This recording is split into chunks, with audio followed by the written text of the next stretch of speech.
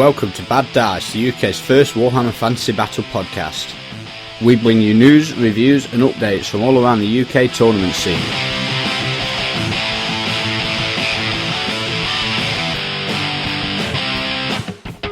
Your hosts are Ben Curry and Ben Johnson.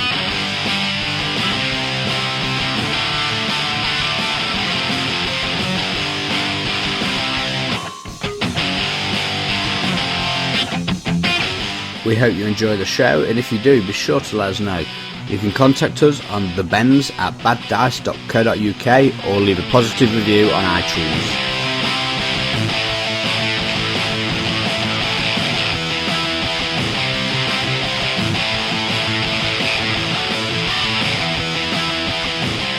Welcome to episode 42 of the Bad Dice podcast. I'm your host, Ben Curry. And I'm Ben Johnson. And this week we're going to talk all about the ETC. We've got a few guests on the show later. And just the ETC in general, 2010. It's coming up in what? Just over a week? About 10 days when we'll be flying out. The actual tournament's in 2 weeks tomorrow. Yeah, 2 weeks. Oh, so, God. Exciting times. 2 weeks by now, we'll have finished the Ashes. And we'll have won. And would have won, indeed. So, we're going to talk plenty more about that in a bit. But until then, we've got some sponsors to give a plug to. We have. So, first off, we want to talk about Unseen Lurker, since we've both had a copy to our doors today, haven't we? Yep. I think it's pretty good, mainly because I'm in it. My wood elves are in it. And there's a lot of me in here. So, we've got to love Unseen Lurker when it's full of me. There's about 3 or 4 photos of you. Yes. So it's all good. So there's an article about the Maelstrom Summer Incursion event, which I won in June. So there's a nice photo of me with my shiny trophy. All about you. Photo of some of the other guys playing the games and that sort of thing. So if you're interested to see how that event went down, you can read about that. There's a great article by Russ Wakeland from D6 Generation, isn't he, about War Machine? Yeah, I've not had a chance to read that one yet, but it's quite... I've had a good read through it, and it's really, really interesting. And it's not a case of, play War Machine, it's better than Warhammer. It's more along the lines of, everyone gets a bit fed up with Warhammer eventually, and normally you paint another army. And he says, well, next time you think, I'll start a new army, why don't you start a new army for a new game? Not to replace Warhammer, just to give you something else to think about on the side and just give it a go. And it's a good article. It's well written and it's very sort of, I don't know, it hits the mark about right, I think, rather than saying, it's us or it's that. It sort of tries to bring the two different game systems together, which I quite liked. Well, yeah, I mean, those guys seem to do quite a lot of that, don't they? They don't they play everything all the time. No hate, so they say. Yeah, no hate. So another article in there is an article all about brushes or brushes, as Joe Sturges wrote it. Sturges wrote it, yeah. Nice article about different sort of brushes you can use to paint with. What else is in there, Ben? There's a very nice Tomb King army by Jacob Scott. Is it Jacob Scott? A Swedish guy, yeah. Swedish fella, yeah. Kind of funky. It's all like genies. Yes, Aladdin, isn't it? Yeah. Blue Tomb Kings. Yeah, it's very nice. Really, really nice armies. Hopefully he's playing them at the ETC. We might get to see it there, but I doubt it. He's one of the twins, isn't he? Yeah. Is he the one with the pipe? I think they both got pipes. Okay. It's a Swedish thing, maybe. Yeah, I don't know. A pair of brothers, weren't they? Obviously twins, and they sat down at the gaming table at the ETC, and one of them looked like his dad. Really? Well, yeah, he just looked 20 years older. No, he looked the same as his brother. He just popped out this pipe and a flat cap. Oh, right. And it was just like, that's weird. Yep. So, other stuff in there. There's a review of Shuro by Alessio. His side project, a game based on chess. There's a nice review of that. I think... Is it technically a side project now? Well, no, it's his full-time project, or is actually. It just actually his project? Yeah, it is. Riverhorse Games, the company's called. So if you just Google Shuro, that's SHUURO, you'll be able to hear all about that, or just buy the Unseen Lurker magazine, of course, and you can see if you buy it, you might, if you subscribe, you might win one. Yeah, it's also a competition, just a random drawing. So last month, they did a random draw for winning Uncharted Seas, and you know who won that? Marcus Pitt. Really? Yeah. So England ETC captain, he's a subscriber, and he won a copy of that. Elsewhere in the magazine, there's a battle report, Wood Elves vs Empire, 8th edition, so that's quite interesting. Yeah, I wonder how many things they got wrong. Oh, I'm not sure. They did say disclaimer at the there's a start. disclaimer at the start saying Then- they played it before the erratas came out. Things might change, So, yeah. they might be slightly different. There's also the Reader's Rant by a Jane Doe Yeah, some entitled girls, Stupid Plastic Man. which is which quite I've an not read interesting yet. read. So, yeah, you'll have to have a look at that. So that's Unseen Lurker issue 4. So pick it up. It's the June-July issue. It's pretty good. So go to unseenlurker.com. You'll be able to find it there. Or just search for Lurgy the Lurker on Facebook as well. Add him on that, or Twitter. They're starting to get everywhere. They're worse than us, you know what I mean? Okay, so other sponsors. We've got Rankins HQ, and we have Andrew Galea, Mr. Rankins HQ, coming on the show later. Hopefully. So what do Rankins HQ do, Ben? They do rankings. Funny that, isn't it? Yeah, funny Yeah. that. They do rankings for, anything really. Anything you want them to rank, Nick. Yeah, rank it. well, they've got an announcement about something new about the Rankins HQ site going to be revealed later in the show. Ooh. So that should be interesting to hear it from the horse's mouth, so to speak. I don't even know what that is. Really? No. You must be living under a rock. Well- The rest of Internet Land does, so we'll hear more about that so later. okay. So yeah, check out rankinshq.com, go there and just look for yourself, because I'm sure you're on there if Yeah. you played a tournament around most of the world in the last 12 months, and you'll probably be on there. Big Brother. Yeah, Big Brother's watching. Okay, so another sponsor, one of our oldest sponsors, one of our original ones, Og Games. So these boys have been backing us from, quite some weeks now, months and months. Is it nearly a year? It was almost from the start, wasn't it? Quite some time. So these guys have got an online store. It's oggames.co.uk. They've also got some forums, which is ogforums.co.uk. Check them out. Some pretty cheap prices. As we've said in previous episodes, I think it's the cheapest place on the net to get the new Warhammer rulebook. Yeah, new Warhammer, 37 quid, isn't it? Yeah, it's something like £1.50, I think, is charging for postage. I was speaking to a trader recently, someone we know locally, and he was saying it's costing him £7 a book to post the Warhammer rulebook. Yeah, because it's 2.2 kilos, isn't it? Yes, And so it goes over the threshold, the threshold, doesn't it? yeah. So our games taking quite a hit on the new books just so they can get it out there cheap to people, so players can buy it as cheap as possible from Og Games. So well done to them. Some of the things they've got on at the moment, they've got a deal of the week. So obviously, if you're listening to it as we release at what are we on, the 23rd of July, they've got the Small World game. Now we've played Small World, haven't we? Yes. So Small World's got an expansion. It's an awesome game. I love it. It is a good game. So that's the deal of the week. You can get that quite cheap. And they've got all sorts of other stuff like Warhammer Invasion, the Cthulhu card game, the Game of Thrones card game, all that sort of stuff. They've got some great deals on them. They have the KR multi-cases, which they're stocking as well. They're like the Games Workshop foam ones, but in a soft padded case. Oh, right. They're pretty good. I've got one of them, and they've got a load of them in stock. And they've also got pre-orders up of the new Space Hulk card game, and it's called Angels of Death or something. Oh, I've not seen that. So yeah, new card game about Space Hulk, so you can check that out on the website. And I think that's about it. All the new, obviously they've got loads of stuff on there. Well, Warhammer 15% off, and check them out. They are pretty good. So we also have a new sponsor. So these guys are on board for the next few weeks, and it's Back to Basics. Back to Basics, basically base. You like that? Yeah. So it's www.back2base-ix.com. I'm going to put a link to this in the show notes.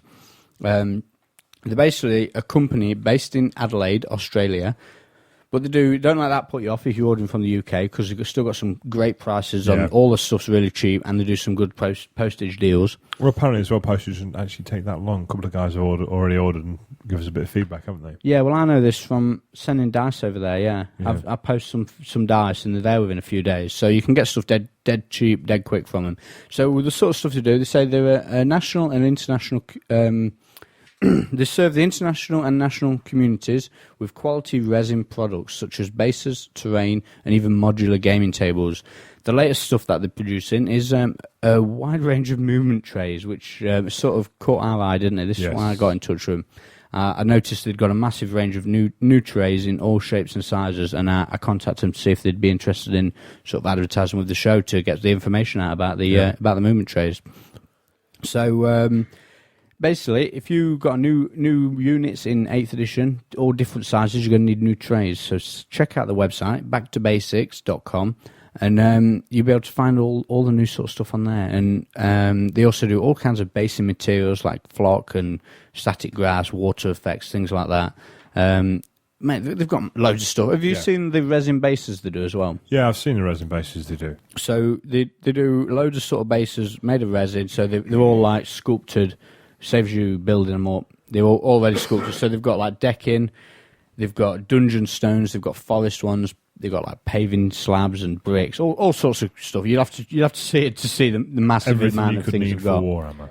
Yeah, of course. They've got loads. So check them out. It's backtobasics.com. We're also going to be running an advert later in the show, so listen out for that. And we've got some special deal we're going to be talking about in the advert. So, check them out. So I think that's about it for our sponsors. Do we have any news? Some more demons have been pre-released. Yeah, for pre-order. so White Dwarf's sort of out and about. I think the subscriptions have just gone out. I have not got mine yet. I've seen a copy, and it's just demons, so all the new demon stuff's in there. And also the advanced orders on the website are up. Yeah. £32.50 for 3. And there's so much stuff on the sprues. Yeah, I've not had a good look at the sprues yet, so I'm quite impressed. You're taking the lead on this. Go on, tell us about it. Yeah, I'm just quite impressed. There's just, again, it's the same with all the new plastic kits, bits for everything. Plenty of stuff on there to make champions and standards and musicians. And also as well bits on there for making some heralds out of it, make them look a bit different.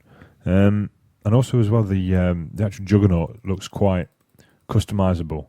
It's 2 halves of the body and then the 4 legs are separate. Oh, you mean the Juggernaut itself? The Juggernaut itself, yeah. So again, kind of tricky without actually seeing it in your hand, but I think they look quite poseable, which is kind of cool. I'd be interested in seeing them. So the other big news which is out, and we posted about this on the website, is the actual pictures of the models that are going to be in the Island of Blood box set are now been surfacing on the internet.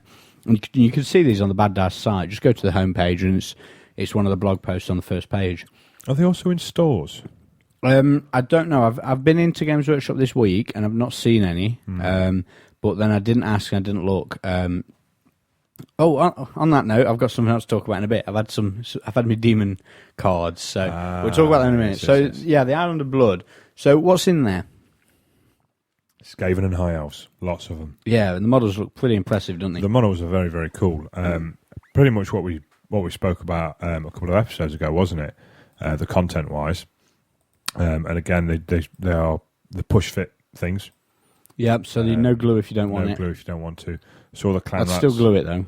Oh, yeah, of course you would. All the clan rats have got moulded shields on. Again, it's a starter set. I mean, I've noticed a lot of people criticising them for lack of convertibility. But it's a starter set. It's a starter set. It's not aimed at that, is it? No, of course it's not. I mean, the things that caught my eye, I like the Skaven, but I was really impressed with the High Elves. The Swordmasters looked awesome. The Swordmasters do look really cool. And particularly the Elrian Reavers, they looked really, really nice. You know what they look like? They look like kit-bashed ones out of the other plastics. It looks like the chariot horse and a couple of bits and bobs. It's kind of like how I've seen people make them. Because the old models aren't great, are they? Because they're quite old. I mean, I think they'll also be good as Dark Riders. Bit too clean. Bit too high elfy, scale armour and all that. Okay, yeah, I can see that. But yeah, they've got Seaguard, they've got Swordmasters, they've got a Griffin, which I think you could make an eagle out of as well if you wanted. The Griffin, apparently, I've spoke to a few people who've actually had it in their hands and said it's awesome. Is it apparently the legs off the rider are also attached to it? I've heard. Oh, I don't know about that. Yeah. Well, that'd be interesting to see. I'd like to get one in my hand and have a good look at it. Skaven stuff. There's also a High Elf Wizard in the box as well, which looks pretty much like the metal one standing on the rock at the moment. You know what it kind of looks like? It doesn't look like a Warhammer figure. No, it doesn't. I thought it looked more War Machine-y. Yeah. Lots of stuff going on in it. Yeah, I can see that. Which kind of surprised me a bit. But the plastic, obviously it's all plastic. The Skaven characters. One of them's like a Queek Light, isn't there? Yeah, there's 2 engineers and a warlord, and the warlord does look very Queekish. He's got like a samurai banner up the back of it. and then 2 weapons. And there's a mortar team and a warp fire thrower. Yeah. So yeah, it's some really, really good stuff. So I imagine most people will be buying one, swapping with a mate to get the content. So one army's Hyos, one army's Skaven. I think I've already sorted out swapping 2 sets. 2 sets. So you're on 2 sets. So you'll get like 400 Skaven figures. Yep. That's impressive for like, what, 100 quid? Yep. Yeah. It's spot on, isn't it? Tell me that's not good value. Oh, no, it's just spot on. It's brilliant. Yeah.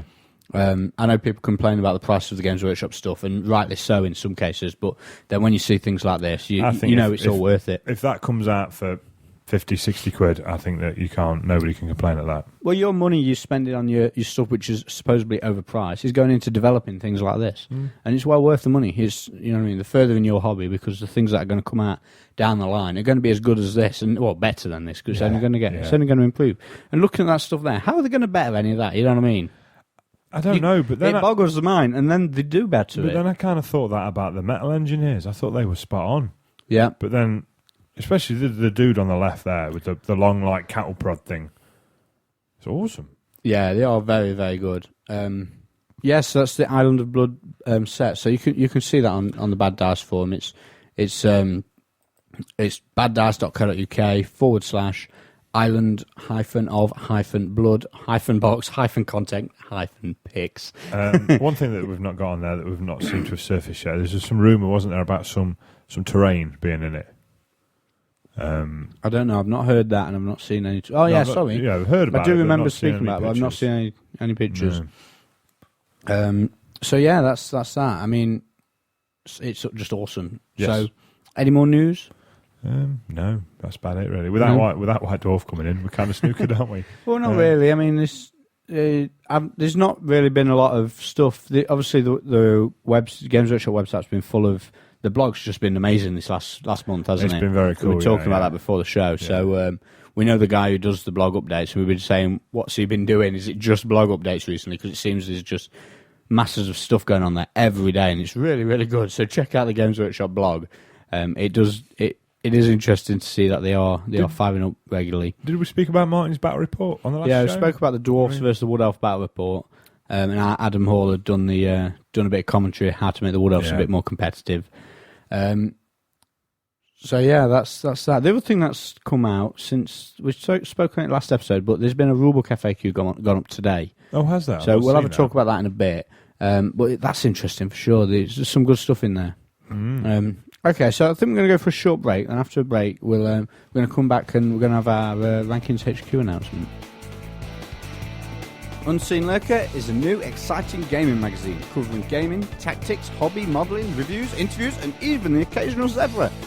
Each issue has a quarter of the magazine available for download, so you can try before you buy. It's the first independent global magazine encompassing articles from generals and hobbyists all over the world. Every issue of Unseen Lurker, that's Lurker with an E, is packed with giveaways such as custom dice, t-shirts, as well as the Game of the Month as reviewed by our Unseen Lurker test dummies. For more information, check out unseenlurker.com. Hey dudes, just want to take a minute to tell you about the next big thing in wargaming. Rankings HQ is the new home for not only rankings across all game systems, but the latest social networking site for gamers around the world, including articles, image galleries, and heaps more. Create an account, track your personal progress, and compare results amongst friends and other gamers worldwide. Think you're the best gamer in town? Prove it at rankingshq.com. Join today. Okay, so we're back from the break, and we have with us Andrew Galea, Mr. Rankings HQ. So how you doing, mate? Great, thanks, guys. Good stuff. So we're pretty excited to get you on. We've got some plenty of ETC stuff to talk about. We've got some Ashes smack talking to be done, and we've got an announcement to make as well, haven't we? Which, well, it's not really an announcement. It's been up on the internet for a while now, and but it's the first time it's been out on the podcast. So we wanted to get you on to talk about it in person. So what is it we've got you in for? The launch of the official European Team Championship website through Rankings HQ, which is fantastic. So it sounds pretty lame to me. Come on, big it up a bit. You need to tell me why I should be so excited about it. Well, it's the first time we've had sort of like a website for the ETC that's independent of where it's being run. Okay. So it was an initiative taken by the council, ETC council members, to try to establish a home on the web that's a bit more permanent and they have a bit more control over as a body. So, yeah, I've been talking to them for the last few months about what sort of we think should be on the site, what it should do, and it's really great. It's fantastic how it's turned out in the end. I'm really happy with it. We've got all of the 2009 results on there and all the teams from this year, and we're slowly building it up so we get all the previous year's data. So it's a central location of all the data over the years and gives us a lot of opportunity to promote the ETC a bit more professionally and also to give it a bit of legacy as it moves forward and grows. It's such a massive event, so it's what we've tried to do is produce an online website that reflects that and does it justice, and that's what we've started doing and hopefully what we'll do over the next few years. Yeah, definitely. I'd certainly agree that it is definitely doing it justice. Obviously, yeah. I've seen the website. I've had a good look at it. I know all about it. I just like to wind you up because you're an easy target. But yeah, it's amazing. One of the things that jumped out at me was the fact that you can now. There's plenty of. Well, there was before. There was the options to produce articles and submit articles about what you've been up to and what you're doing. One of the things I like about the new ETC site is the fact that you can do what's called. Is it a webcast? Yeah, that's right. Yeah, one of the challenges was to provide with the ETC when teams go and compete. There's heaps of people at home and like to follow how they're going, and one thing I found last year as I competed as a player, just finding out how things went, how different countries were, any thoughts they had, and I guess what tends to happen is a lot of countries scatter them to their own forums or their own Twitter feeds or this sort of stuff, and no one really gets a chance to see everything as a whole.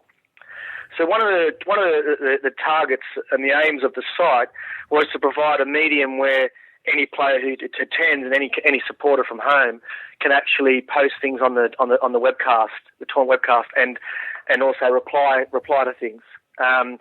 So that's one of the things that we've done, which is really good, and it's a great way for sort of in the lead up to for teams to post things they're doing. You could write whatever you want really. It's like a little Twitter feed that's centralised on the site itself.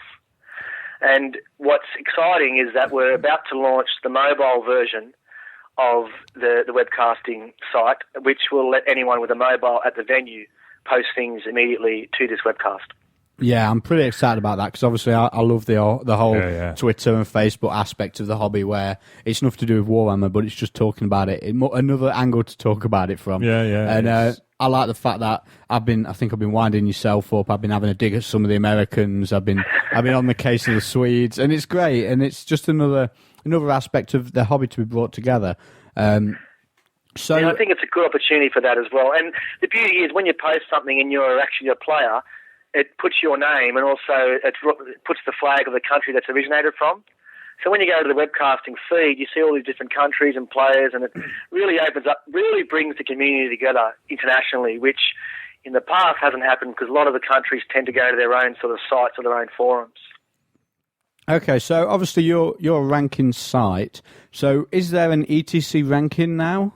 Is that what this means, or is it just a website to host the ETC information? No, there is a lot of things in the pipeline in that regard.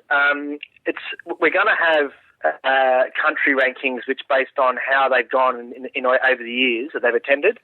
So similar to what we have with individuals at the moment, it'll be a country-based thing. But something that the data really helps us do is give us a lot of insight into what armies are used the most, how the armies go against each other. Because from last year, we've got the individual matchups of all the players. Yeah, so we can get statistics on what armies win the most, what gets used the most, what goes good against what armies. All these sort of statistics in the past we don't have. So for existing Rankings HQ people that have a profile and have tournament data already, they now got a new tab in their profile for the ETC games. And also a little panel on the left which shows you what ETCs that player has attended in the past and who they've represented. So we've integrated it that way. For people who are new to Rankings HQ and only have an ETC profile, say from a country we don't host rankings for at the moment, they still get a profile. They still get all the same things the others get, but they'll have a full history of their ETC games as well. And we're hoping that this will open up so we can actually start hosting rankings from other countries. And the interest this week from a lot of the countries has been really good.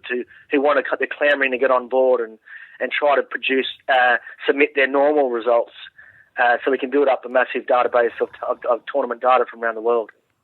Excellent. Obviously, that would be an awesome thing to have all the countries ranked on the Rankings HQ, and then obviously you've got the possibility of comparing people from one country to another, possibility of maybe international tournaments with the top players from around the world and things like that. Yeah, it's something. That's exactly. I've got a blueprint that I've written a while ago. I think if we can get countries using the same systems like we do at the moment with the USA, Australia, and the UK.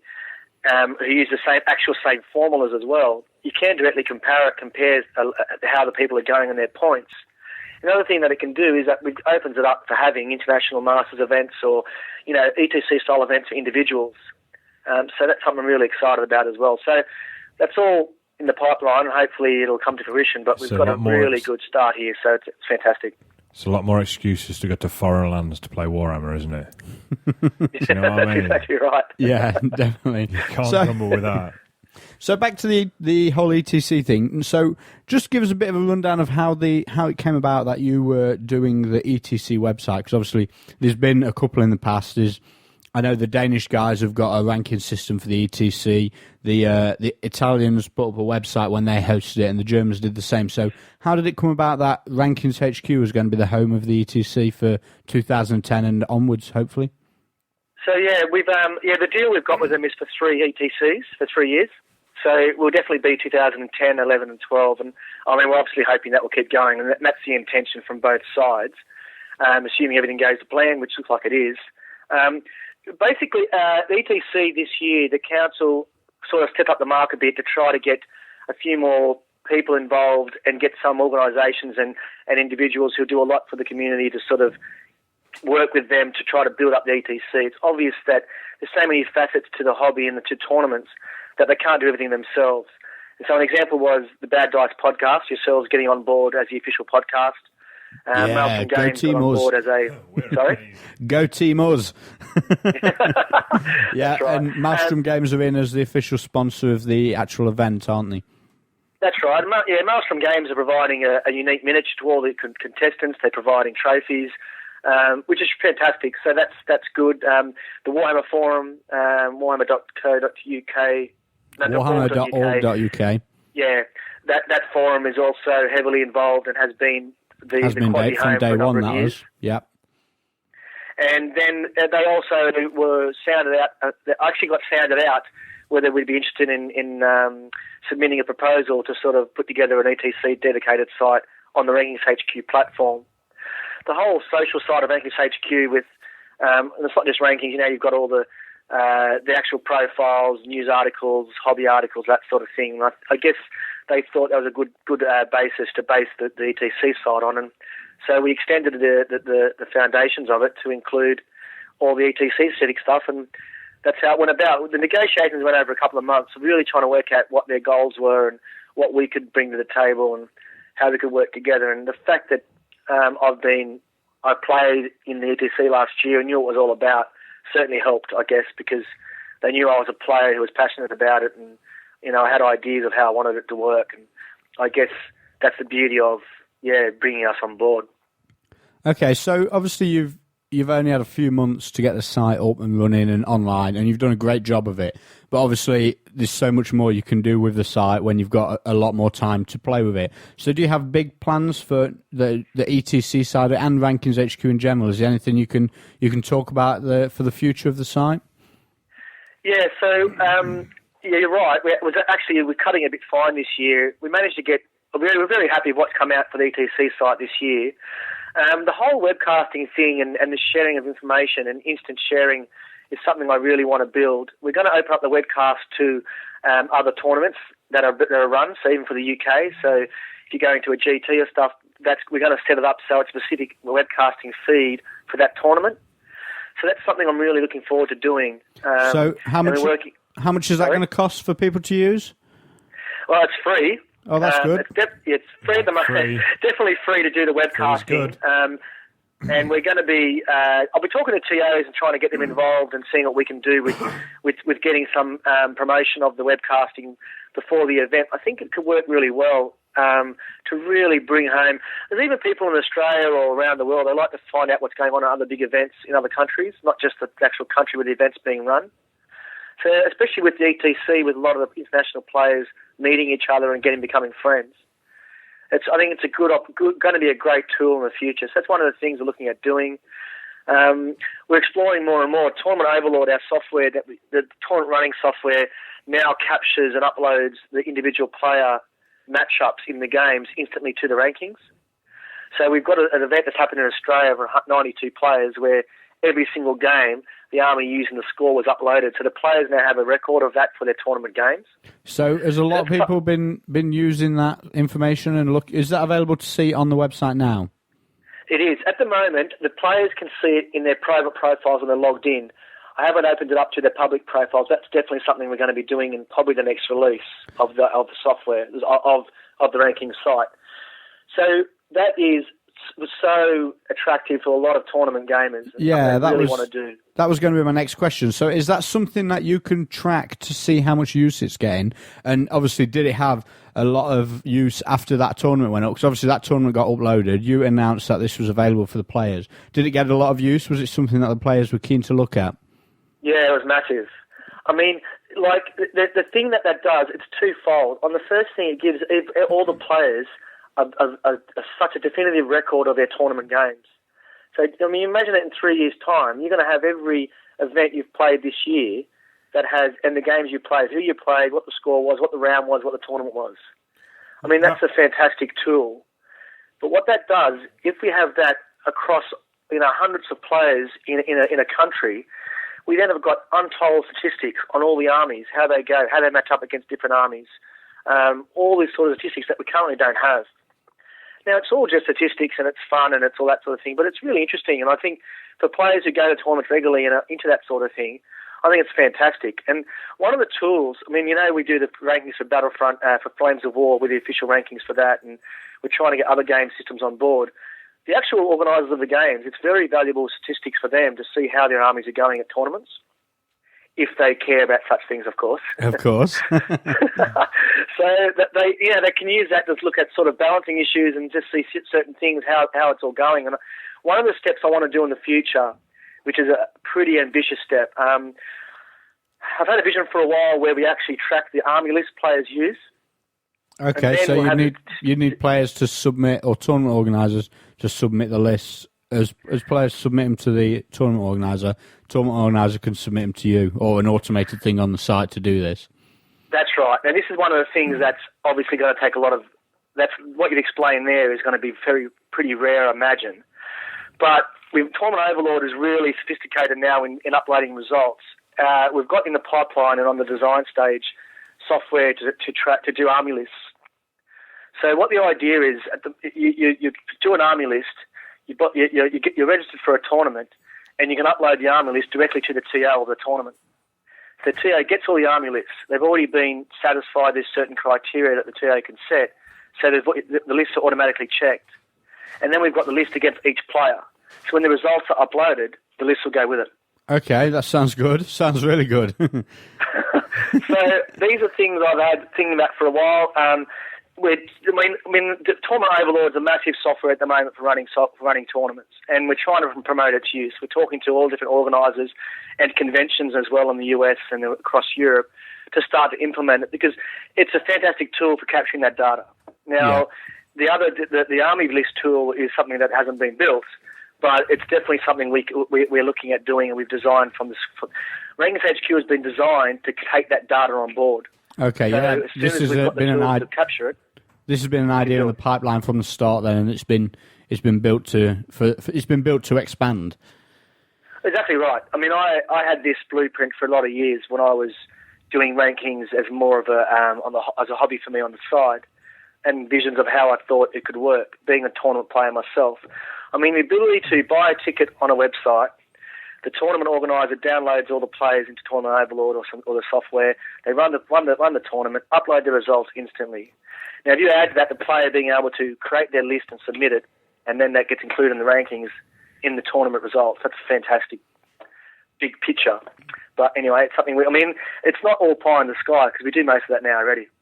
Yeah, well, one of the big things that we've found from running events, from playing in events, and obviously talking to a lot of other tournament organisers, is the fact that a lot of players submit illegal lists. Yeah. So this sort of thing would totally do away with that. 100%. And if a tournament, this is the beauty of the software that I'm designing. If the tournament organiser then wanted to say, I want to impose certain restrictions on the lists, he could do that, and the software would obey it. Okay. So that's another thing. So if you had ETC-style restrictions, the software could obey those restrictions. So it'd be like combining Army Builder with Rankings HQ. That's right. Yeah, that's basically what it would be like, and that's what we're looking at doing. I mean, Tournament Overlord, we didn't have time this year to get the German organisers to use it, which is understandable because we came in the scene so late. Oh, the event's a massive event as well, isn't it? And you wouldn't want to. I understand how them guys would be thinking a new program which they're unfamiliar with. They've only got a few months to learn. I 100% agreed. I mean, I thought it was a long shot, but we're definitely, the ETC Council is very keen to get it used because it takes a lot of the work away from running the event, and the results are instantly transferable at the venue by clicking the button, so we can actually transfer the results instantaneously. And this is what for the 2011 event, we're going to be working with the organisers from day one to get that involved, to get it used, Tournament Overlord, and have all that part of the process. So that's something we're doing for next year, which is fantastic. Yeah, it sounds awesome. So on the subject of live updates, like I was talking about earlier, would there be a function to update round by round through Overlord? See, this is the thing. Like, it's quite easy to do that. In fact, that's just one of the things. See, this data, being able to portray, we're in an instant world, right, where people can post things and Twitter things and that sort of stuff, and that's one of the things I really want to capture and offer as a tool to the players. So that was the whole webcasting idea, and I'd like people to be able to take a photo of their mobile and upload it instantaneously and people can view it. Now, this is all possible on using different tools on the internet and different websites, but if you are an ETC, you're a player who's at home and you want to follow the ETC, being able to go to the official website and follow it and have real-time access to what's going on, that's going to be great. Oh, yeah, of course it will. It's like its own Twitter feed, isn't it? Sorry?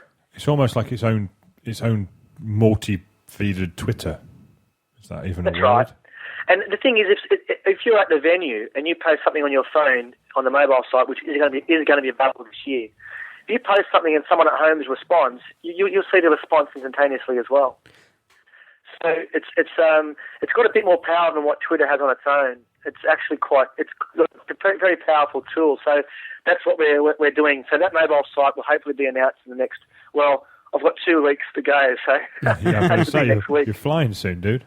So speaking of 2 weeks to go, so anyone listening at home, are they going to be able to come and see you at the ETC if they want to meet up with you and say hello? You're gonna kiss some hands and shake some babies, I imagine, at the ETC. Yeah, definitely. I've obviously since the site's gone live, I've had contact with literally hundreds of players who are going, and people asking questions about the site and wanting to improve or give us some information about themselves, update the site. So it's been really great for me because I've got to meet all these different players, and everyone's going, I'll catch up with the ECC, I want to have a chat to you, can't wait. So I'm going to be fairly busy, I think, but yeah, I'm definitely keen. What the plan is, I'm getting to Munster on the Tuesday night. For those who don't know, I'm playing for Team Australia in the fantasy event. So getting on Tuesday night, I'm going to be at the venue all day on the Thursday and Friday.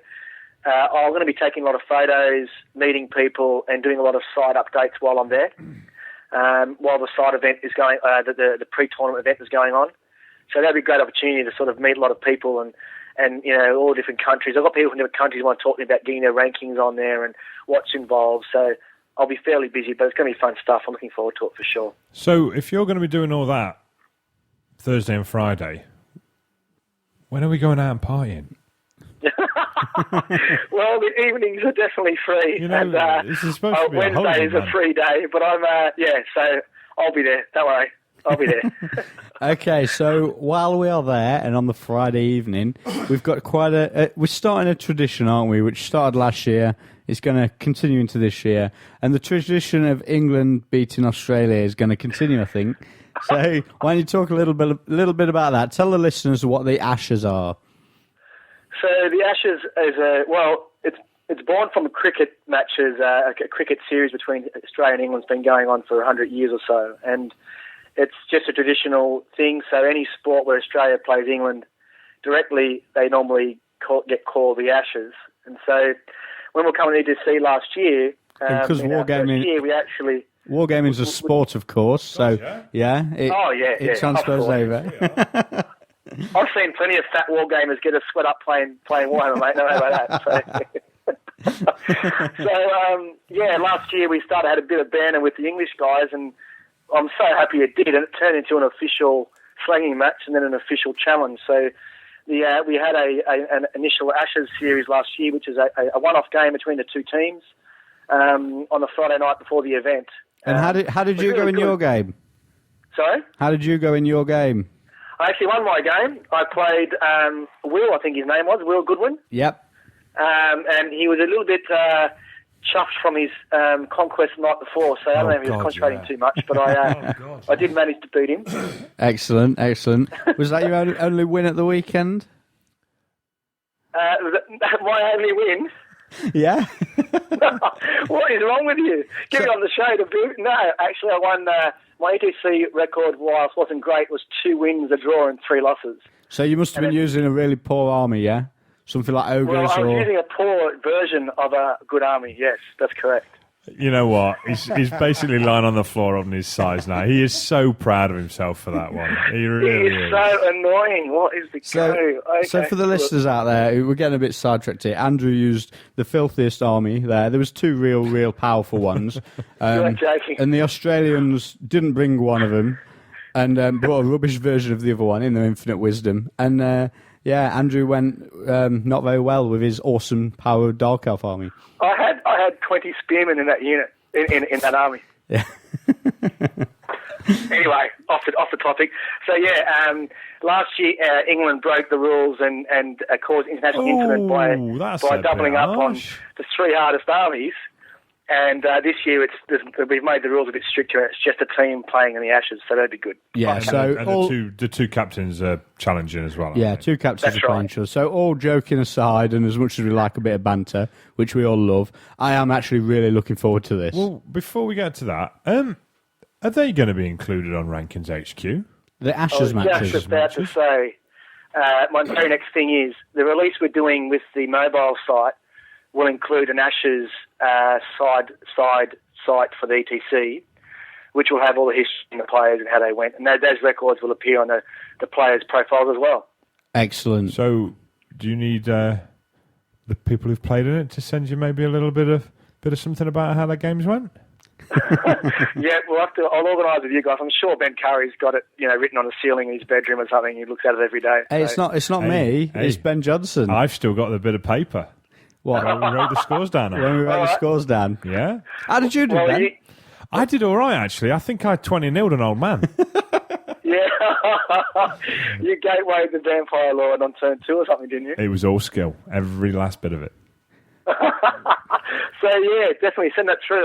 I'll make sure it gets up there, and that'll be a fantastic addition for sure. Excellent. So are you looking forward to the event this year then? Forgetting about all the Rankings HQ stuff and all the work you've got to do and all that, are you looking forward to the playing side of it? Or is 8th edition just getting in the way? It's going to be great. I'm taking an army I really love, my favourite army, which is Orcs and Goblins. So that's going to make it a lot more fun, and I'm really looking forward to it. We've got a good team this year, Australian team again, and we came 11th last year, so we wanted, our aim was top 10, and we just missed that, but I think we've got a better team this year. We're more prepared. Definitely our army lists are probably better than they were last year, so I can't wait. And the Ashes is going to be great. I'm really looking forward to that. So, I just can't wait to see who I'm going to play. Excellent. So, for the listeners, because it's the ETC episode, do you want to give a quick rundown of the Australian team and a bit of in brief about the army lists? Yeah, no worries. Well, Charles Black is our captain. He's non-playing. He played last year, but he's not this year. So we've got myself, Andrew Galea, playing Orcs and Goblins. My brother, Jeff Galea, is playing High Elves. And he's got a Star Dragon High Elf army. Trent Dennison is making his debut, and he's playing Skaven. Lachlan McQuarter's back again with his Tomb Kings. Jeff Trace is back again. This year he's playing Bretonnians, which is a bit unusual, but it's a really good addition, I think. He'll do well. We've got another newcomer, Marcelo Rucco, who's the current number 1 in Australia, and he's been pretty dominant for about 15 months, and he's bringing Lizardman. So he should be good. Gavin Clark's back with his Empire. And how many is that? Has he got a steam tank this time? He has got a steam tank this time. So you've forgot about poor Evan Ferris. Oh, Evan Ferris, the Doombull. He's bringing his Bloodthirster demons again. So that rounds it out. So yeah, so we've got 2 new players, Trent and Marcelo. So we really, they're both really good players, strong team. So looking forward to it. Excellent. I'm looking forward to it. I'd love to say I'd like to get my teeth into to Lockie again after our draw last year, but I don't know. I quite fancy playing someone different this year as well. The Ninja's going to. I'm hoping I match up against you, man. Kick you, I tell you. You wouldn't have a prayer. Let me tell you. We'll see. I can see it coming. I'm going to get Tracy again. So aren't I? you're going to get Tracy, and he's going to run you down with his Bretonnians. Yeah. Yeah. Okay, so while you're on, I do want to talk about the way it came about that he's taking your Orcs. So I do remember a little conversation of you going to me, so I'm thinking about taking Orcs instead of Dark Elves. And I was like, really? Oh, yeah, Andrew, that sounds like an awesome idea. You're taking far too much credit for this decision, I'm telling you right now. And you were like, yeah, Orcs would be dead good. I'm like, yeah, you go for Orcs. You leave Dark Elves at home and you go for your Orcs. No, in all seriousness, I think Dark Elves aren't as powerful as everyone thinks they are. While they are still a very, very good army, they're not the comp's done its job, and they're not auto choice, and that goes to show that you would take Orcs and Goblins instead of Dark Elves. Yeah, I think the comp system this year is really good, very solid effort, and I think I agree with you. I think the Dark Elves, we can't have the Hydra and the Bolt Throwers and some of the other restrictions. I don't think they're one of the top tier ones in this particular field. I think Skaven and Lizards are probably 2 of the strongest. Empire is very strong again. I mean, it's still good, mind you, but I don't know. The decision for me, I thought it was pretty even between them. I think my Orc army's going to go okay. Excellent. Well, on that note, I think we're gonna leave it there. So, thanks for coming on and chatting to us. Looking forward to seeing you at the ETC. See you on the Tuesday in Munster. What time are you getting there? Yeah, I'm getting there late. Actually, I'm getting a late flight. It's about 9 o'clock on Tuesday night. So I'll see you on Wednesday. So, if anyone's listening, whoa. You're getting a 9 o'clock flight, and you just said we'll see you on Wednesday. No. So if anyone's listening... last year I was one of the few Australian players to come out with you guys a couple of times, didn't I remember? Yeah. You'd take you one for the team, were you? Where'd you live? In London. There you go. Okay, so if anyone's listening and they're going to the ETC, be sure to catch up with Andrew on probably on the Wednesday when he's had a bit of his beauty sleep, and see him at the venue Thursday and Friday. Be sure to come and chat to him about Rankings HQ. And his Orcs and Goblins, because he loves to talk about them. So yeah, thanks for joining us. Thanks for joining us, mate. And we'll catch up with you soon. Thanks, guys. Cheers. Excellent. Are you tired of being rubbish at Warhammer? Are you fed up of losing all your games? Do your friends laugh as they beat you week after week? If this sounds familiar, then we have exactly what you're looking for. Demons of Chaos. The Demons of Chaos army has everything you could ever want to be a god amongst men on the Warhammer battlefield. Following the footsteps of the greats such as Rob Downey, Chris Legg, Andy Isherwood and Gav Clark, who all went from zero to hero in your demon army, be sure to check out the wide variety of wargaming products that Odd Games stock. And don't forget that there's free shipping to anywhere in the UK with all Odd Games purchases. www.oddgames.co.uk. Okay, so we're back again, and we've got another guest with us. This time it's Paul Bridge, Englishman in Denmark. So how you doing, mate? I'm good, thank you. How are you boys? We are very, very well. Not So too bad. we've got you on to talk about the ETC and, more importantly, the ETC lists, which have now been released on the internet for everyone's perusal. So what do you think? First impressions? First impressions are surprised to see how many Orcs and Goblins and Beastmen are out there, which means obviously the Army Selection Committee did a good job because they've made them a bit more appealing this year. Yeah, they must have done an excellent job. Who was on that committee? I can't remember, but I think there's a stunningly good-looking chap from Denmark. I'm sure there was. We've had all of this already with guns. Come on. more than It's not likely. all about you. Oh, shit, okay, sorry. Paul was on the committee as well. Oh, was he? Fair enough. So yeah, I think we can't take all the credit because it was a committee of guys and it was a lot of feedback from the community as well. But I do think the comp this year has done a damn good job. I agree. I think there's a good cross-section. You've got Bretonians. I don't think there's... Are there any Chaos Dwarfs? Was there one Chaos Dwarf? I think there's two. I think there's two, yeah. Okay, so does that mean every single army is represented? Yeah, Yeah. I know all the armies are represented, definitely. So I think that's just really good. Yeah, I'm really, really impressed by that. So, I'm a little bit disappointed in a couple of others. I think like Empire, which is one of the ones I wanted to get changed, especially on the army list. They all seem very, very similar, and same with Lisbon, but it's the end of 7th and everyone's just used to that build, so looking forward to 8th. yeah, definitely, Oh, God, definitely. But as much as we'd love to talk about 8th, and we've enjoyed playing it, have you played 8th yet at all? I played one quick little game with it, that was it. Yeah, and you had to sort of put it back in its little box and ignore it until a few weeks' time. Exactly, And- exactly. I think that's sort of how we've been treating it as well. So We had a bit of a mad weekend, didn't we, really? yeah, we had a mad couple of weeks, I think, of playing it, and then back on the 7th edition trail. So a quick rundown of the list. So I think there was around 260 players, is there? 32 teams. Yeah. So we're running at 27 Empire, 26 Lizardmen, 25 of Skaven Demons, Vampires and Dark Elves.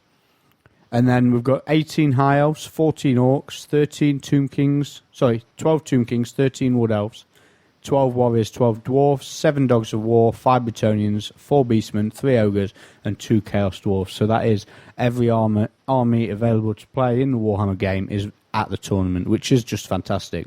I think it's brilliant. I think it's going to be a fantastic year this year because you've got every single corner of the globe covered. You've got America, you've got Canada, you've got Australia, you've got New Zealand, and you've got the whole of Europe. So I mean, how much better can you see? It's really strange to see out of all of that. Still, the army templates are very, very similar. Yeah, it is a bit. So, okay, so you've had a good look at the list, and I think we'll start with obviously the top teams from last year. There's obviously yourselves, and there's the Germans, the Polish, and the Italians. What jumped out at you from those lists? I mean, let's start with the Danish list. I mean, you guys have seemed to have gone down the same approach of us with just 8 solid lists, not going for anything too wild. Was that a concerted approach from the start, or is that something that you came on once you started playing the list more and more this year, or did you set out as soon as like last September to go that way? No, we choose our team at the beginning of the year, and then we had a lot of discussion about how we should do it. We've only just changed from the Bloodthirster to having Ola, the Great Anthony one, because he's more solid. Yep. We talked a lot about having Dogs of War, and then finally we changed it out, took Vampire Cats instead, again because it's solid and you know what's going to happen. So we've just gone for what we class as being. We've never ever we've been every year, and we've never gone for that the dragon approach and the big large targets. So we're going for solid. I hope it works this year. Well, you did well last year, so maybe you can do a bit better this time, man. So what about the Italian guys? Because obviously they were first place overall last year. Obviously they're going to be the team to watch and the team to beat this year. What did you think to their lists? I thought it was very interesting because they got Dogs of War, they got Beasts, they got Warriors of Chaos with the Demon Prince, and a big box of ghouls on the Vampire Counts. So I think Beasts could be a surprise for many people because I don't know how many people have played against the new Beast lists, because the Beast list can be very, very fast if you're not used to it. And with I agree with the that. Army comp, they also get 2,600 points. They get special and rare restrictions, the same as the High Elves would get. So there's a lot of fast moving, very, very quick, a lot of big lodge targets, things like that. So how do you see them using that sort of list? I have no idea. I've played against it with the Dwarves, and I was shocked about how quickly it came across the table. But it's still got the same problem. It's I don't know, unless he's found out some special way of playing it. I think he's going to hopefully go that many people don't know how to play against it. I played one at a tournament with my Empire, not the ETC comp, but again, it all sort of flew across the table, and I thought, oh, this could be tricky, and then it ended up just all panicking. Yeah. Do you know what I mean? Yeah, it can do that. So, I mean, the Italian guys, like you say, they've brought some pretty solid lists. But they've got the Tomb Kings in there again. Is that something that surprised you, or did you expect them to be running them? They've had that every year, haven't they? Did they have that not last year? They go every year. The strange issue, they've gone for chariots in it because they go for the big solid blocks. Yeah, normally they have quite a defensive, solid Tomb King list. But again, it goes to show this year that the builds have changed. Maybe they thought a lot of band Cs, the Tomb Kings might excel against them, especially an aggressive build. Yeah. Yeah. I'm very surprised with the Demon Prince. I don't understand that at all. It's not just the Demon Prince they've gone with. Even though there's a comp in place and there's a magic cap of 9 dice per turn, they've got a Demon Prince and 3 level 2s. Yeah. So it's, I don't know if they're just trying to baffle everyone with science. I've got no idea. But they obviously know what they're doing. I mean, they've won it twice, so maybe they're just trying to give everyone a chance this year. Are they level 2s or are they level 1s? Oh, we don't know because there's been it's not been released. Okay, so that's the Italians list. So what about the Polish guys? Because there's also some very interesting stuff in there. We've obviously got the solid High Elf build, which it's like the ETC High Elf list from many, many years. They've got a pretty standard Lisman build. But then you get to the Empire, and they're running 5 units of Knights, which, I don't know, I quite like the look of. What do you think to that one? And I'm just scrolling down to it right now where we've got... So for the listeners, we've got an Archlector on a War Altar, we've got a Captain on a Pegasus, and 2 Battle Wizards. Sounds pretty standard ETC fare. Yeah. Then you've got 3 units of Knights. Again, the 3 units of Knights, standard core for the ETC. Pretty much every team's running this. You've got the 2 Great Cannons. Again, everyone's running that. A Steam Tank and a unit of Flagellants. Pretty standard. Now, how does your list go with this, Ben? Because you're running a similar build, and then from there, what else should you have? Shooting. Yeah, lots of shooting. So as much shooting as they'll let me. 2 units of Outriders, 3 units of crossbows. Now the Polish guys have gone for 2 large units of a 6 They're and a not 7. Even that large, are they? 6 and a 7 inner circle knights. So musicians, standard, and champions. And I imagine some magic banners by the looks of the points. So I don't know. It's an interesting approach. What do you think it takes something like that to do well at the event, Paul? Do you think a build from the left field, which people won't have seen before, is that where you're going to pick up your points? I think they're hoping on some very good matchups because they could suffer immensely in the wrong matchup. If they get something like Wood Elves, then I think it'll run straight over a Wood Elf army. I think if that could seriously get mullered against quite a few other armies. Do you not think it could also, a lot of the armies which would beat it because of the lots of points in crossbowmen and Outriders are not going to pick up them points against it now? I don't know. I think that is going to be. They've got to really. I mean, they do normally do a lot of work on their matchups, the Poles. So they obviously know. Again, they know what they're doing with it. But I would not be afraid to face it with any one of our armies. Really, that's a lot of. Yeah, just get some metal magic on that, and that's falling down left, centre. Okay. So, fair enough. We'll see how they do with that one then. So also the Poles are running the Bretonnians, something that the Australians are running as well. What do you think to this? Obviously, you've been 5 years at the ETC, so you're pretty experienced. Do you think obviously Poland have run Bretonians for a lot of years as well. What do you think the theory behind that is? I don't know. I played the Bretonian guy last year, and I can tell you this: he was lucky as hell because I should. No, I'm serious. I mean, I should have beaten him to a pulp in 2 rounds. Just my stone throwers wouldn't play the game and hit, but it's a very, very frail army. Very, very frail. He's got 5 knights in the realm, 5 knights from 8 knights errant, 2 units of 4 Pegasus, and 8 Grey Knights, and that's basically it. That's a horrendously small army. Where has he spent his points? He's got a large Grail unit with which 8 Grey Knights. Yeah, 8 Grail Knights. I suppose that's He's got all 5 characters there. But this guy has played Bretonians. I mean, hopefully I'll get to speak to him at the ETC because I would be very interested to hear his thoughts. Because he plays Bretonians a lot. He's played every year. And he's a very good player with the list. So he obviously, again, it's something, I imagine a lot of people don't get a lot of practice against Bretonians because they expect to play Empire a lot, they'll play Dark Elves and Demons a lot, and they'll know what to do in these matches.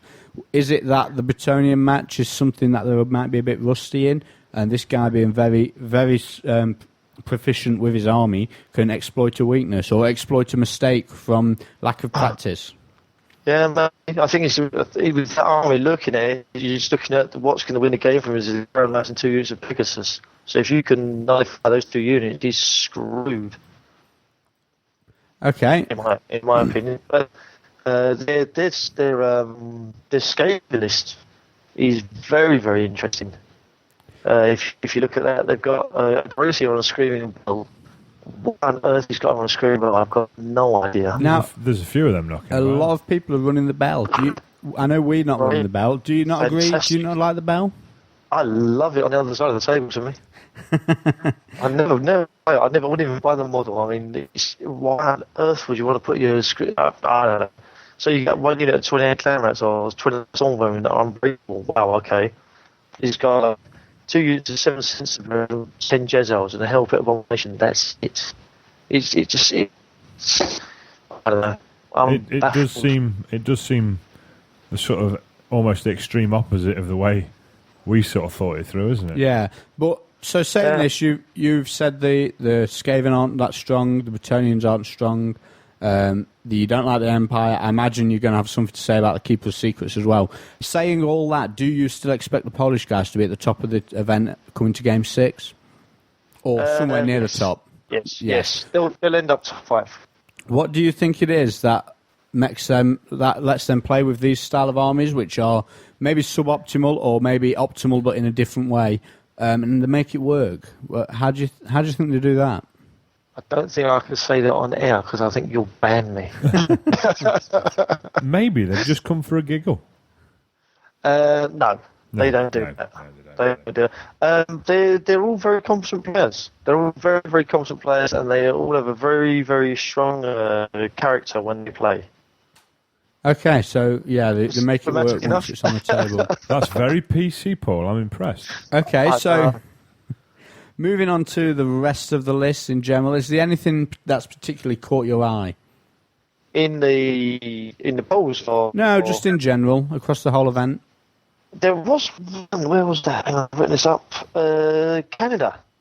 Okay. Have you looked at the Canadian lists? Yeah. I have never seen in the whole 7th edition with the new Dark Elves, a Dark Elf army with so many troops in it.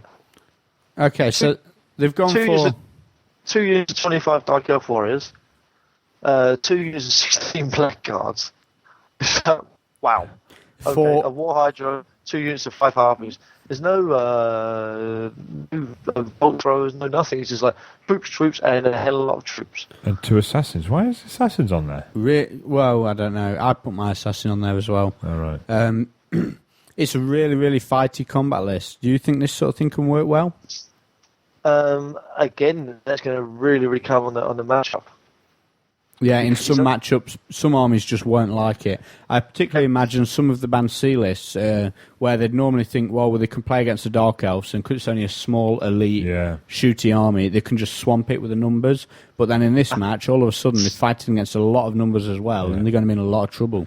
I think it's also going to be packed very, very close together as well. Yeah, I imagine so. Anything that shoots is going to like playing that, though, isn't it? Yeah, I imagine so. But if you can keep your Dark Elves away from that, you're onto a winner. So what do you think to the American lists? Because obviously we spoke about Canada. These guys, it's the first event. They've got some of the common lists, the Dark Elves. It's a bit different build, but it's still a strong army. They've got a lot of Band C. They've got Canada have also got a big Skaven list with a lot of units. They've got a 4 Herald. They've gone for a solid armies throughout. Nothing that's going to be too elite. Big lists with a lot of men in. You've got 18 Eternal Guard. Now, the Americans, what did you think to the American lists? Because these guys, obviously, everyone's going to be interested to seeing how they do because the first time at the event, obviously, it's a big name, Team America. And what do you think to them? Well, the Dark Elf Flare, is someone you know personally? No, apparently he was given a copy of my list, and he's copy and pasted. I bet he's got the magic items wrong. I thought it was very fast. The thing I fell over was just perusing down the list. I went, hang on a second. I looked at it again. That's a Ben Curry. That looks at the names like there's no Curry. It's not your brother or something like that. I found that highly amusing. The Irish have done that to me as well. They've got my Empire army. I take it as a compliment. That's the only way to do it. I definitely take it as a compliment. I'll be honest with you. I nicked it off everyone else who'd been to the ETC before me, so... Exactly. I mean, Jesus Christ. I mean, at the end of the day, we're at the end of the 7th, and it's like, and the armies are as the armies are. Yeah, I don't think there's a lot of originality anymore, is there? It's shame. So you're packing the dwarfs, eh? So is there any particular armies or players that you look forward to playing against, which you think will be a good laugh, rather than just thinking from a competitive or you want to win point of view? Is there any teams that you think you want to have a laugh against and have a good game against? If you take we obviously want to win it because we've come second and third times now. It's like, Jesus Christ, we just want that first trophy just to lay down. If you take that out of the equation, the teams I'd love to play this year would be USA, Canada, New Zealand, Australia, and that's just because I'd love to see if there's a difference between the players or the way people play in the different parts of the world. And it's also, I mean, how often do you get to Oz or New Zealand or America to play these people? So you can just jump around Europe and jump in the tournaments, or come to England and meet a lot of the European players there. But yeah, I'd love to play. I'd like to play 2 of those 4 just to see. Excellent. I'd definitely agree with you on that. I certainly would like to play some of them guys. So, is there anything else in the rundown of the ETC list that really caught your eye? That you mentioned the Orcs and Goblins armies earlier. Do you think they're going to do well? Do you think they're going to do really badly? What do you think? I think it's very, very interesting, actually. We played in our warm-up, we played Orcs and Goblins with their demons just to see how bad it will be, and we actually beat them. But I think it might have a lot to do with your podcast, when you had guns on talking about Orcs and Goblins, because it is very, very much what you spoke about, and that has come up in the lists. I find that quite amusing. Yeah, it was, and Guns is using Orcs and Goblins this year for Australia, and we had him on earlier in the show to talk to us about it as well. Yeah, I think it's good though. I mean, it obviously shows that people are listening, so I mean that's got to be a good thing for you boys, and you're much appreciated. Oh, yeah, I hope so. I hope people do listen. Yeah, certainly the ETC community. So anyone's listening out there, hello, hello. Yeah, see you in a couple of weeks. Okay, so moving away from the ETC just a little bit, just a few days before, are you playing in the side event? Yes. And are you playing the 8th edition one or the 10-game 7th edition one? 8th. Okay, so moving away from the ETC, and for some of our listeners who want some 8th edition talk, what sort of list are you thinking of running? What army are you bringing? Are you going to bring the dwarfs just because you're playing them at the ETC, or are you bringing a second army for the side event? I'm not bringing dwarves, that's for sure. Okay. So what are you using in the side event? I've been considering either High Elves or Warriors of Chaos. Okay, the 2 strong lists, I think, from what we've encountered. Is that because you just enjoy them armies, or are you going out for the win again, or What's your thoughts behind that? I'm not going to. I have absolutely no intentions of winning that whatsoever. I'm going there to play 5 games so I can learn the rules. All right, excellent. I love Chaos. I've always loved Chaos. It's been one of my pet armies for many, many years. And I bought a higher army just about 3 or 4 months ago. So I'd like to play one of those just to give it a go and see how they run. Just because I suppose all the other guys are playing the 7th edition because they don't want to mix the rules. Yeah. But because I'm playing duels, then I kind of get a free pass. Just, I can actually do something. And you're the captain. Make sure you don't get too used to measuring whenever you want. Yeah. Well, Jesus Christ, you can't being a dwarf player if you don't know your movements by now. It's like kind of not point playing dwarves. No, of course not. True. So, what sort of list are you thinking? If you're, say, let's take your Hiles for example. Is there a particular build that you're thinking of running for 8th edition? Well, the guys I speak to the really say you've got to have a 4th level, but basically just because if nothing else, you're dispelling, you get +4 to the dispel on. Plus you get lots more. Yeah, it's just everyone says to me you need at least a 4th level. So which either I'm going to take a 4th level. I like I think is really, really good is the amount of common items that have come out. They've made armies like Warriors of Chaos playable. They've given so many armies a massive boost up, haven't they? Yeah, it really, really has. It's trying to level the playing field in my eyes, son, because the armies like Dark Elves, Demons, and Vampire counts. Vampire counts they can't spam anymore because that's too dangerous for them. Yeah. And that brings them down. Demons are always going to be hard, and Dark Elves is like, okay, so they don't really. In my eyes, Dark Elves haven't really gone up or down. But what it has done, even the vampires without the spamming, I played one a couple of weeks ago. A week or so ago. About a week ago. And like the turn 3, turn 4, when he's looking for a good magic phase, double 2, double 1 on the power dice. Yeah. So even if you are risking the 1 dice, you might only be getting a few. Yeah. But I just think it's. I love the. I was speaking to one of you guys on your forum as well. You do the Warriors of Chaos army. I said to them about the Warriors with the +1 movement banner. Yeah. It's like then you get Chaos Warriors, lots of them with Mark of Thorn running across the table with halberds, moving 10 inches a turn, and that's going to scare the Jesus out of almost everyone. With the War Shrines powering them up. Yeah, giving them another. Yeah, they are kind of scary. So, okay, well, what we'll do is we'll try and catch up with you at the ETC after you've played some more games of 8th edition, and we'll have to get your thoughts once you know what you're talking about. Because, like I say, at the moment it's just theory by the sounds of it. You've had a quick go and you're just working, and it's good to hear. It is good to hear how people are thinking about it, and then how the thoughts are evolving as they start to play as well. So it'd be interesting to get your feedback once you've played some games and actually find out what you're using as well. So. Okay, thanks for coming on and talking to us, and we'll see you at the ETC in a few weeks. Cheers, Paul, mate. Cheers, boys. Cheers. Looking forward to it. Back to Basics and our proud sponsors of the Bad Dice Podcast. Based in Adelaide, Australia, they serve both the national and international gaming communities with quality resin products. If you visit www.backtobase-ix.com, you can view all their fantastic products, which includes resin bases, terrain, modular gaming tables, and even a wide variety of movement trays to suit all shapes and sizes for your 8th edition armies. The Back to Basics movement trays come in pretty much any size you could possibly need. If you find something that you want and it's not on their website, they'll even make it for you. The Back to Basics resin bases come in all different themes to suit any fantasy army. Designs include brick, cobblestone, desert, dirt, dungeon stone and forest, amongst many more. So if you like what you hear and fancy picking up some of the Back to Basics range, visit www.backtobase-ix.com. When you go to the checkout, insert the code BADDICE and you'll receive a 10% discount.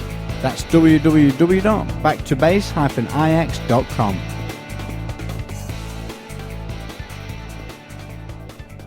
And we're back with the end of the show, I suppose. We've done a bit. We've had some guests on. We've talked to some thoroughly nice chaps. Oh, we have indeed. So thanks to Guns, Andrew Galea, and to Paul Bridge, McPaul of the forums, and or Polly, because they say Paul, they pronounce it Polly. Yeah. In Denmark. So that's Danish Denmark land. Yeah. So thanks to them guys for coming on and chatting to us. Hopefully A lot of the listeners might not be that interested in 7th edition, but the ETC is still something to get excited about, even if it is old 7th edition. It's going to be awesome. And I'm really intrigued to see what the side event's going to bring, because obviously some 8th edition stuff going on, see what people are bringing straight off the bat, because it is pretty much the first 8th edition tournament, isn't it? Pretty much. I've heard of a few people playing like 8 and 10 man things sort of the weekend and the weekend after it was released, but nothing big. I know Maelstrom are running one the weekend after the ETC, but the ETC one's like pretty quick off the bat, so well done to them for getting in with it. I'm kind of tempted to play in it, but don't tell Mark. So am I. But I'd like to play in it, but I kind of don't want it. I want to watch. Yes. I'm a bit of a voyeur. Yeah. Well, that was one of the best things about reffing at the Heat, You get to stand around for 2 days watching Warhammer. It's brilliant. I'll entirely agree with that. Warhammer 8th Edition podcast from the ETC coming up soon. Yay. We're recording there, talking to the players, asking about army lists, things like that, and seeing how it's all going. So, on the subject of Warhammer 8th, the FAQs have been up for... Whoa. Before we do that, Island of Blood. Island of Blood. So while we've been recording, we've had an email from Games Workshop on the mailing list, and the Island of Blood box set is now on the Games Workshop website to view. It's on the blog. It's the Astronomicon. Yeah, it looks awesome. The new box set doesn't it? It does, yeah. Painted photos of all the... Yeah, but we can't quite zoom in enough, can we? No, all the models are painted and things like that. Lovely new art on the box as well, which does look really cool. Yep, House of Skaven. Yeah. Very, very nice. So get yourself onto the Astronomicon and have a good look at that, because it's definitely worth a look. In fact, subscribe to it. So you can subscribe to the RSS feed. Obviously, you can subscribe to the emails and be on the mailing list, but you can also subscribe to the RSS feed. I use Google with iGoogle, and one of my gadgets on the iGoogle page is my RSS reader, which picks up all the images from all the blogs I read, and the Astronomicon's one of them. So do I, after you show me how to use it. Yeah, pretty nice tool, isn't it? It's not bad, actually, yeah. So it's all good. You can also subscribe to the Bad Dice blog like that as well, and get all the stuff that we put up. Okay, so back to the 8th edition FAQs. So I've not seen these yet. Army Book FAQs were up a week ago. When we did the last podcast, they came out just before that. They came out on the release before weekend. The launch, wasn't it? Yeah, and now the rulebook FAQ's gone up, which, first off, we want to give a shout-out to Owen Bell from the Northwest Warriors. So if you go on the warhammerforum.org, .org.uk, and go on the general Warhammer section, you'll be able to find a post, which I'll put a link to in the show notes, which is about an FAQ tracker. Now, Owen's created a mailing list and wrote a small bit of a computer program script type thing, which tracks scans the Games Workshop website for updates on the FAQs. Yeah. So every time the FAQs have been updated, the program will automatically send an email out. So I've had an email this afternoon saying this file has been updated. Click on the file, and it's the new rulebook FAQ has been added to the page. Well done to Owen Bell. Thanks a lot for that. It's a fantastic tool for the community. It's not bad, is it? Well done to him. And the URL to find that sort of thing is FAQ it's an email address.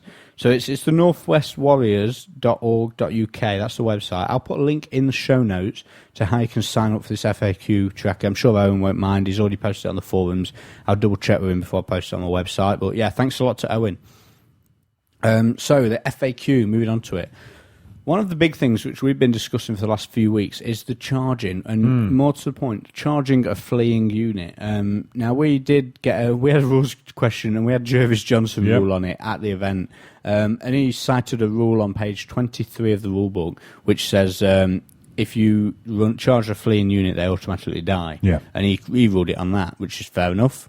You're not really going to argue the man, are you? No. Now, on another page 18 apparently, it also says if you charge a fleeing unit, they flee. So it's a direct contradiction between the two rules. Now, the FAQs cleared this up, and the way it works is a unit will keep fleeing. Charged in the same phase, it will keep fleeing until it either gets away or it gets run down. So if you charge it with your first unit and it flees and it gets away, it's fine. You charge it with a second unit, it flees. If it still gets away, it's fine. You know what I mean? It just keeps fleeing again. Every time it will flee again and again and again. So this is my whole idea of cheap mounted characters to charge off shit. kind of don't work no more. Yeah, so to be honest, it's good that Games Workshop have clarified it so quick. It is very good actually that they've jumped on it so fast. I mean, how many FAQs? How many pages is this? I've not had a look at this. It's a 6-page FAQ, and there's lots of stuff. Now, a lot of the stuff are erratas, just small things, changing of wording, tidying up of some, just the odd bit tidying up here and there. Things like shields. There's nothing in the rulebook which said a shield would stack with your normal armour as well. Now, that's cleared up. But things like 2-hand weapons, do they count as using 2 hands? It sounds clear, but there's no actual rule saying that a second combat weapon, which allows you to attack with an extra attack, also takes 2 hands to use. There's nothing in the rules that said that. And now this has been cleared that, yes, right. 2-hand weapons I suppose it's kind of assumed, isn't it, from it is people who've assumed played. because of the fluff. You're fighting with 2-hand weapons, and you get an extra attack. But in the 7th edition way was that way. But there was no rule mechanic which said that if you're fighting with 2-hand weapons, it does take both hands. And it sounds stupid when I'm saying it, but you can't use a shield with your 2-hand weapons. Basically, No. That's what it means. In the same way as using a halberd, it takes 2 hands. So you can't use a shield with them. That's been cleared up. So another big one is reforming in combat. Now, the way the reforming in combat, a combat reform as it's known, the way it was worded was it was exactly like a standard reform, and your centre had to stay around the position. Centre had to stay where it was. Yeah. So there was no actual way to reform while you couldn't. combat. Or there was. Technically, you couldn't do it, could you? It was very limited to absolute tiny situations. So now, basically, you can move however you want with the following restrictions. One of them is the fact that you don't reduce the number of models that are in combat and actually fighting, and the other one is you don't change the facing of the unit that you're fighting against. I'm not really sure how that works, but it's how it's worded. I don't understand that. Basically, you can't go from fighting a front to fighting a flank. How would you? Well, if the caveat is that you can change your formation in any way you want, maybe you could change your formation to now move to the flank. Okay, yeah. Part So of if you're overlapping, you could reform around this guy, and that's it. Okay, yeah, okay. So now all you need to do is you can't make less models be fighting, and you can't change the facing that you're fighting, which is it lets you now do pretty much anything with your ranks and files. You can go deeper, you can go wider, whatever. So that's pretty good. Some of the most of the rest of it's just clearing stuff up. And yeah, so you can check all that out on the Games Workshop website. Anything more to the Steam Tank? Nothing really. It's just seem to change that as often as they have meals. There's a mention of the Steam Tank, but it's just clarifying that it is a chariot. It is toughness 10. So that's about it. Nice. Yeah, so that's the new rulebook FAQ. There's not a lot else in there that really jumps out at you. There's lots of interesting stuff, and it's definitely worth a read. Can a standard bearer use a weapon that requires his 2 hands? Yes to both questions. And so can he use an additional hand weapon? Yes to both questions. See, I like that in the Orc book with the Black Orc BSB being able to use a double-handed weapon. Just he's whacking with a banner. Surely. Yeah. And again, it's just mainly tidying stuff up. Things like the hags on the Cauldron of Blood now can't issue a challenge. Even the character hag, because it's part of a war machine. Okay. Engineers from a dwarf war machine can't issue a challenge. Things like that's cleared up.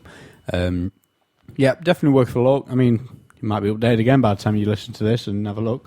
But yeah, check out the Games Workshop website. It's just in the Shrine of Knowledge section. Again, I'll put another link in the show notes. There's a link in last week's show notes as well. They're 2 dumbass questions. So can I deploy a unit in impassable terrain? No. So, yeah, there's some stuff that doesn't really need to be in there, but it's good. It's good that they are addressing the situations. So that's the FAQs. Now, moving on to the rest of the wrap-up of the show. So we've got some things to plug. Bad Dice. So Ben Diesel Dice. Ben Diesel Dice. As they're becoming fastly known, to my dismay. That might be my fault. Yeah. So you can get your Bad Dice off the Bad Dice forums for 1 more week, probably 2 more weeks. As soon as I come back from the ETC, they're going to go on the main website. As soon as you're off holiday mode. Yep. As soon as I'm off holiday mode from the ETC, they're going to go on the main website. They're going to go up by a couple of quid, but until then, you can get them for £5 if you're a Snake Eyes member, or it's $6.50 if you're not a Snake Eyes member. because you have to pay for postage. Snake Eyes members get postage for free. If you sign up for the Snake Eyes section and buy some dice at the same time, you get the dice for £4 and you get free postage. So it's a bit of an incentive for you. Can't grumble at that, because they are very nice dice. Yeah, they are very nice. They do look good with the bright yellow with black spots. It's very easy to see the numbers. Mr. Hall got several Ben Diesels against me last night. Generally more than one at the same time. I'm not impressed by this Ben Diesel thing. Ben Diesel's the hero. He's the anti-hero. No. He's the new Ben Curry. So speaking of the forums, check out the Bad Dice forums because there's all sorts of good stuff going on there. Paul talked about it earlier when he was on the show. He's been talking about his Warriors of Chaos lists and things like that. There's all sorts of discussions on his army list being posted up. I've done a blog of my 8th edition games. So all my 8th edition games, I'm doing like a rundown of them, taking photos while I'm playing a bit of sort of tactical analysis, or for what it's worth after the paralysis. What I've learned from each game. Sometimes it's nothing, sometimes it's quite a lot. Just a quick overview. I'm doing that in the Snake Eyes section now, unfortunately. So if you want to see my 8th edition army thoughts, other than listening to it on the show, you can sign up for the Snake Eyes section and see that section of the forums and see them bits. However, there's a lot of other guys doing similar blogs on the main forum section. So you feel free to sign up for free. You just have to register to be able to view it. And head over to, it's normally in the general Warhammer discussion where this sort of thing's going on. And see that sort of stuff. I've also got a bit of a terrain blog going, haven't I? Yeah, you're on the ghost fence action. Yep. Got your painted ghost fence and things like that. And lots of stuff on there. So it's all good. Hot topic at the minute, I think, terrain, isn't it? Yeah, it is. Really, really good. I'm looking forward to getting my teeth stuck into some after I come back from the ETC. To be honest, I'm dying to play a load of 8th edition. I'm really looking forward to the ETC, and it's going to be the ultimate 7th edition send-off party. It's going to be awesome. You can't really think of a better way of doing it, really, can you? No, definitely not. I hope that when we move to 9th, it'll be in the same sort of time frame. Yeah, that'd be good. That'd be really good. There's something to look forward to. Another 4 or 5 years down the line. 2015 and God, wishing your life away, boys. Okay, so some other stuff we need to touch on. The Black Library. Okay, so some nice chaps, thoroughly nice chaps at the Black Library have sent me some bookmarks for the Bloodborne book series of books. It's a brand new vampire series, and it's what is it with vampires at the minute? They're just the new hotness, aren't they? Everyone's going vampire mad. It's Ulrika the Vampire from the Gottrex and Felix series. Books. And she's got her own series of books. There's the Bloodborne and then Blood Forged. They're both by Nathan Long. Bloodborne's out now. Blood Forged is coming out in 2011. And I've got a lot of bookmarks, about a couple of hundred. So what you need to do is see me at an event, and I'm going to give you some. So if you really want some, if you buy some dice, I'll stick you some in with the dice as well. So some free bookmarks to give away. So thanks to the guys at the Black Library. And also on that subject, I've been given an advanced copy of the Warrior Priest novel by Darius Hinks. So I'm going to have a good read through that. I might even take it on the plane to me to the ETC. You might have to lend that me too. There'll be a review of the Warrior Priest novel coming soon, because I'm very excited about the new Warhammer books coming from the Black Library. They've had, obviously, 40k has been hogging the limelight. Obviously, Graham McNeil won the Gemmell Award. Awesome for him. And they had Dan Abnett was number one of the New York Times bestseller list. Bestseller, wasn't he? Yeah. Again, all the Horus Heresy and the 40k stuff hogging the limelight. It's Warhammer's turn now, and there's some fantastic stuff coming out. So hopefully over the next coming months we might have some more information about some of this stuff. I keep meaning. I could say I keep meaning to. I'm going to pick up the Ludwig Schwarzhelm book. Yeah, well, when we go to Germany, there's 4 of the Warhammer Heroes books coming soon. Hopefully we're going to get hold of some of them. I might nip down Games Workshop later this week actually and pick some up ready for me flight. Yeah. But yeah, this Warrior Priest one does look impressive. So apparently it's a series as well. There's going to be more to follow, but I don't know in what format. Was it the Warhammer Heroes? Oh, I'm getting mixed up. I thought the Warhammer Heroes was single books. I thought it was the Time of Legend that was a continuum. Well, we'll get more information about them. But for now, I'm certainly looking forward to this one, and also the Bloodborne. The new vampire stuff. I'm a bit sick of vampires. It's like Twilight Warhammer. Yeah, but Twilight is for 12-year-old girls. To be honest, I've not read these. I do remember when I was a few years ago. I read the Genevieve Undead. That was a really good series. Did you read them? Nope. That's really, you've never read Genevieve Undead? Oh man, you ought to read it. It's very, very good series of old Black Library stuff, vampire books, Games Workshop books. Excellent, very, very good. I love them books, and this must be 5-6 years ago when I read these. Never heard of them. Okay, I'll lend you some. No, don't, because I'll just go in my glove box. And I've stay already there. lent you some books. I've still got your them zombie again. book in the glove box. You've got my World War Z. You've got my Magician. No, I'm not giving that back. You give me that about half read. Yeah, it slowed right down. Yeah, fair enough. I'll give you that. So is there anything else we need to cover before we sign off the show? No, I think that's about it. Okay, so... ETC awfully soon. Yeah, ETC very soon. So before we do get off, just another quick shout out to our sponsors. Obviously, we've got the Odd Games lot, the Unseen Lurker Massive. Massive. So it's check out Odd Games at ogggames.co.uk. The Unseen Lurker guys at unseenlurker.com. Rankings HQ, check out all the rankings from all sorts of tournament scenes in all sorts of game systems from all around the world. Yeah. And also, Back to Basics. Check them boys out. Now, we do have a special promo with Back to Basics running at the moment. So, if you buy anything off the website, you can get 10% off. All you need to do is use the promo code, which is Bad Dice. And Wow, that's original, that is, isn't it? Yeah, it gets you 10% off any purchases with them off their website. So, yeah, check them out. Back to Basics. I think when we come back from Germany, I'll be having several dozen movement trays. Several dozen movement trays, yeah, and they are quite cheap. They're like a few quid each, that's all, or dollars or whatever you go. They're very good as well. Yeah, from what I've seen of them, they come sort of disassembled, MDF base, MDF sides, all mitered with magnet sheet and magnets for 20-man one comes with 20 magnets. Well, you don't need to buy the magnet ones. You can buy the standard ones, all the magnet ones, and there's two different types of magnet ones as well. Why wouldn't you magnetize your stuff? Of course, it's so easy at some great prices and with cheap shipping all around the world. So yeah, check out Back to Basics. Okay, so thanks. That's another show in the bag. Thanks for listening, and next time you hear from us will be just a few days before we go to the ETC. We're going to try and cover some 8th edition stuff before we clear off, so it's not just all ETC rammed down your Next throat. time you hear from us, we might be in Germany. In fact, next time you hear from us, we will be in Germany, but you guys will be listening to us recorded. So, God, I'm dying for this. Yep. Thanks for listening, and we'll see you next time. Cheers, guys.